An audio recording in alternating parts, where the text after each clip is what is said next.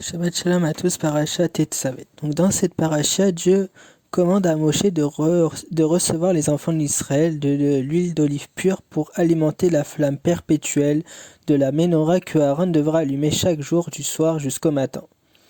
On parle aussi des vêtements de Aaron, donc que les Kohanim, prêtres, devaient porter lors de leur service dans le sanctuaire.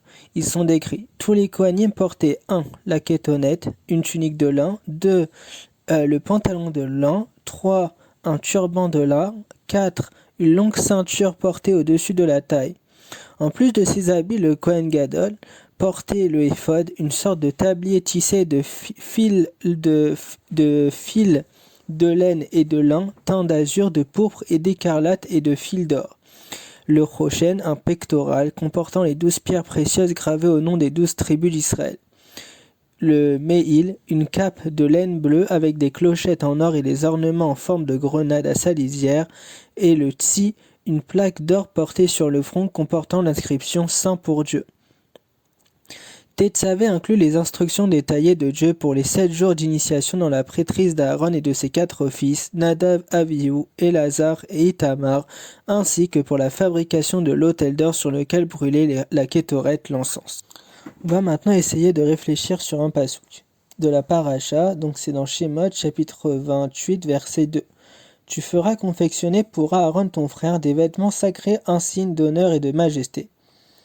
Aaron avait été le fidèle compagnon de Moshe pendant toute la période où celui-ci était en pourparlers avec Pharaon pour obtenir l'affranchissement des Hébreux.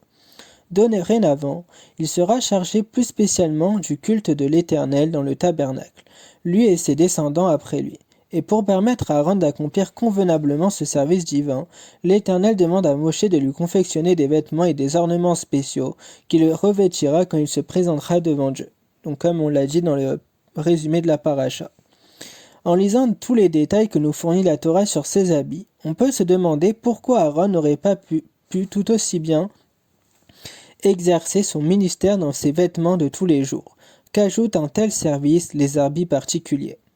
Effectivement, nous savons que le vêtement que nous portons n'est pas d'une grande importance.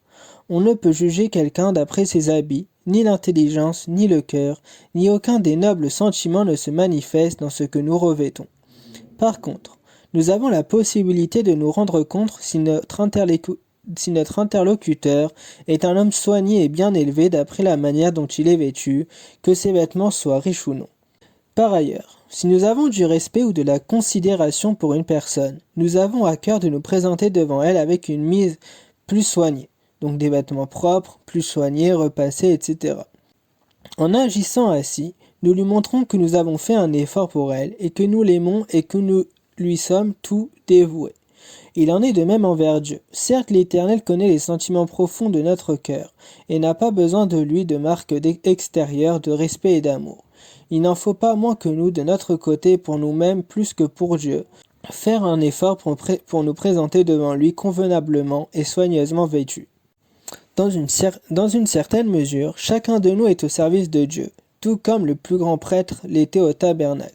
Chacun se doit donc de soigner sa mise en toute occasion, et plus particulièrement quand il est reçu en audience par l'Éternel au moment de la prière. Shabbat Shalom à tous, et plein de bonnes choses.